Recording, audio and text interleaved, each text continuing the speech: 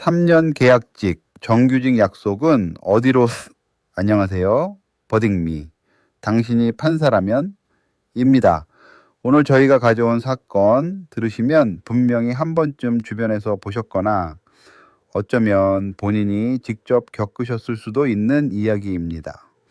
3년이라는 시간, 매일 새벽 7시에 출근하고 밤 10시에 퇴근하며 쏟아부은 노력, 그리고 그 끝에 돌아온 건 정규직이 아니라 계약 종료 통보서 한 장이었습니다. 여러분, 회사가 구두로 약속한 정규직, 그게 법적으로 효력이 있을까요? 카카오톡 메시지 하나가 법정에서 증거가 될 수 있을까요? 오늘 그 답을 함께 찾아봅니다. 2020년 3월 2일, 34살 김민수 씨는 기대에 부푼 마음으로 주식회사 테크비전의 유리문을 밀고 들어갔습니다. 인사팀장 42살 박영호 씨가 환한 미소로 그를 맞았죠.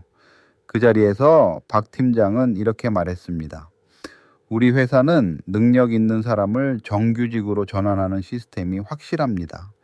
1년마다 평가해서 우수 등급 받으면 정규직 기회가 주어지죠. 연봉 3,200만 원의 1년 계약직이었지만 민수 씨에게 정규직이라는 목표는 눈앞에 있는 것처럼 느껴졌습니다. 민수 씨는 그야말로 미친 듯이 일했습니다. 새벽 7시 출근, 밤 10시 퇴근이 일상이 됐죠. 주말에도 노트북을 붙잡고 있는 날이 많았습니다. 그렇게 2020년 연말 평가에서 A 등급을 받았습니다. 하지만 정규직 전환 이야기는 나오지 않았고 대신 2차 계약서에 사인을 했습니다. 내년에는 되겠지. 2021년에도 A 등급, 2022년에도 A 등급. 그때마다 박 팀장은 조금만 더 기다려보세요. 회사 사정이 어려워서요. 라고 했습니다. 그리고 2023년 2월 15일 민수 씨의 책상 위에 봉투 하나가 놓였습니다. 계약 종료 통보서였습니다. 3년간의 A 등급에도 불구하고 2023년 3월 1일자로 계약이 끝난다는 내용이었습니다. 인사팀으로 달려가 따졌지만 박 팀장은 시선을 피하며 말했습니다. 회사 방침이 바뀌었어요. 미안합니다. 그제야 민수 씨는 깨달았습니다.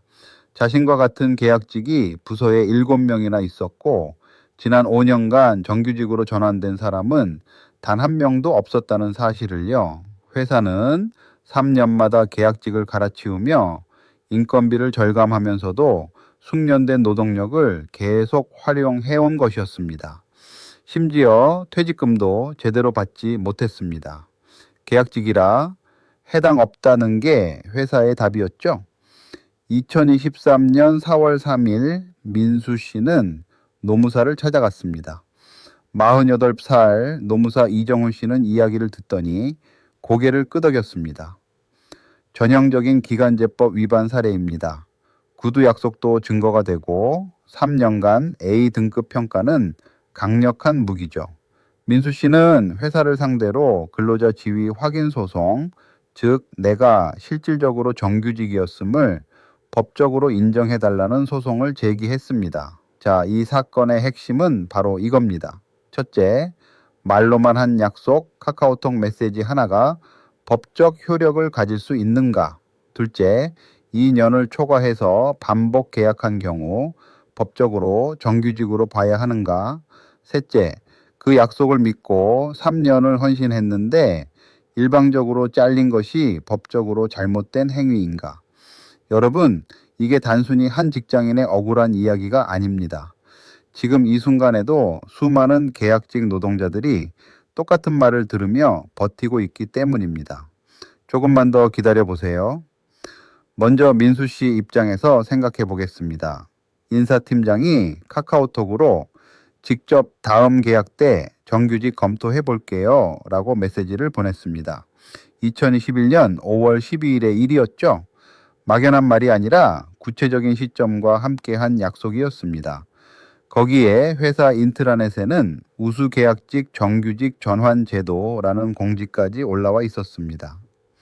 3년 연속 A 등급을 받은 민수 씨는 당연히 자신이 그 대상이라고 믿었죠. 기간제법, 즉 계약직 노동자를 보호하는 법에는 2년을 초과해서 계약직으로 쓰면 정규직으로 봐야 한다는 조항도 있습니다.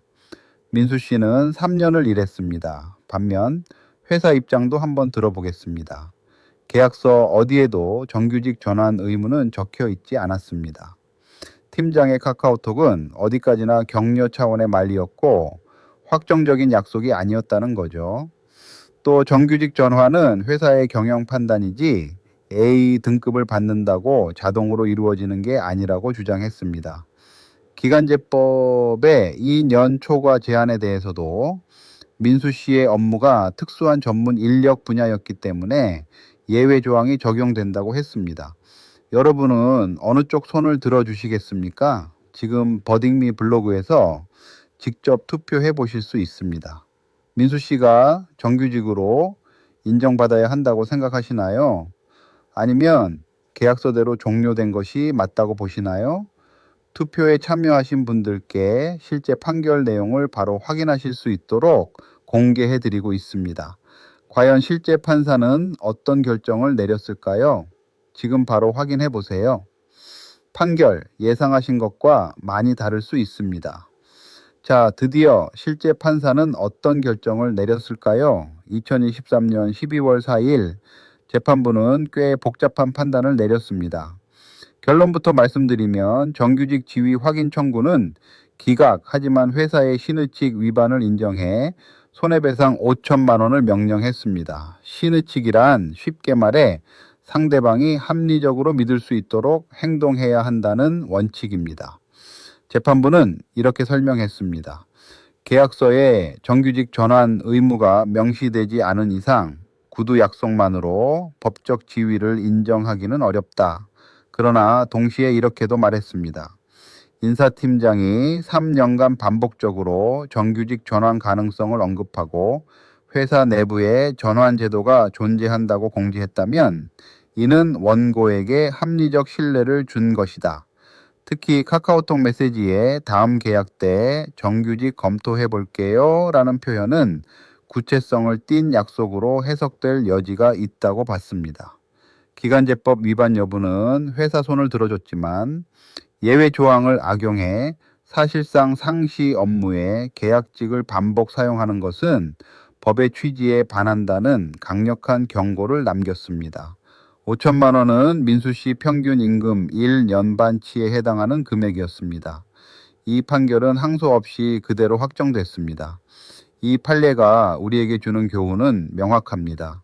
구두 약속과 카카오톡 메시지는 법정 증거가 됩니다. 회사에서 정규직 전환과 관련된 말을 들으신다면 반드시 문자나 메시지로 남겨두세요.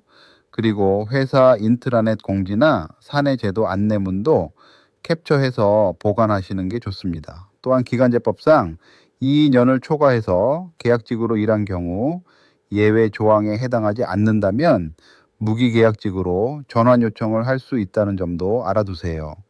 계약 종료 통보를 받으셨다면 즉시 노무사와 상담하시는 걸 강력히 권해드립니다. 알아두면 반드시 도움이 됩니다. 민수 씨처럼 3년을 버틴 뒤에야 후회하지 않으시도록요. 당신이라면 어떤 판결을 내리셨을까요? 정규직 지위까지 인정해 주셨을지 아니면 5천만 원도 과하다고 보셨을지 궁금합니다. 버딩미를 구독하시고 주변에도 공유해 주세요. 이런 사건들 알고 있는 것과 모르는 것의 차이는 생각보다 훨씬 큽니다. 다음 판례에서 만나요.